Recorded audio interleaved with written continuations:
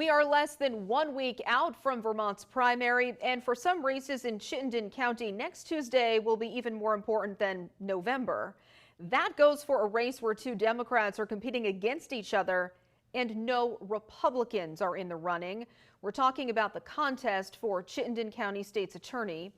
ABC 22's Matt Holderman spoke with the two attorneys vying for this position, and he joins me now live in the studio with each of their pitches.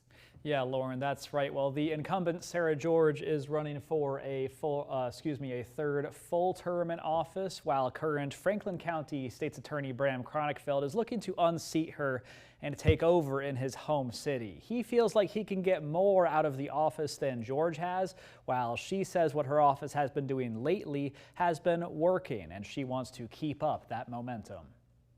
In 9 years, we've made really good progress overall, but especially since 2022. Chittenden County State's Attorney Sarah George is running to keep her seat inside the Costello Courthouse with a goal of continuing to move the county and its biggest city into a future she feels is fair. Over the last year in particular, she feels her team has made progress, especially after Governor Phil Scott helped bring in the now well-known Accountability Court to clear up the backlog of cases, an effort she continued with her office's new Support Court following the same concept. We've sort of tackled that and are starting to feel like we are back to a really good place. From my perspective, this is not a great time to change leadership. But her opponent thinks a change in leadership is needed. I believe that we can get better outcomes from our criminal justice system. Burlington resident and current Franklin County State's Attorney Bram Chronickfeld is running to replace George, saying he feels he can get more out of her office than she's been able to the past decade. He says he's watched crime and recidivism rise in Burlington during George's tenure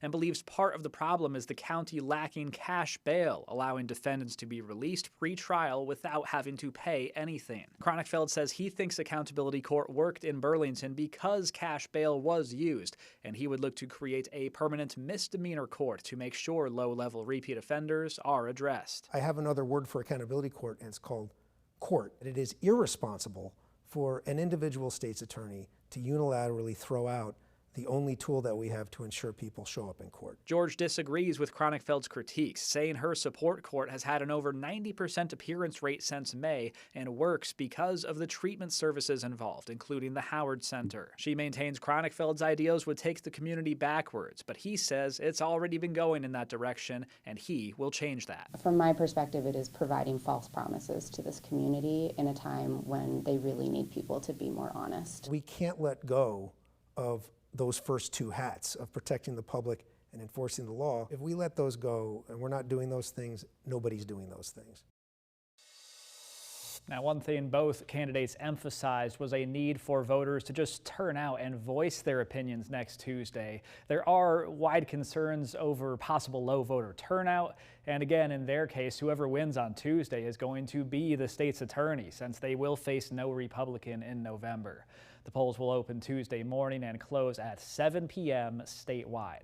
For now, reporting live in the studio, Matt Holderman, ABC 22 News.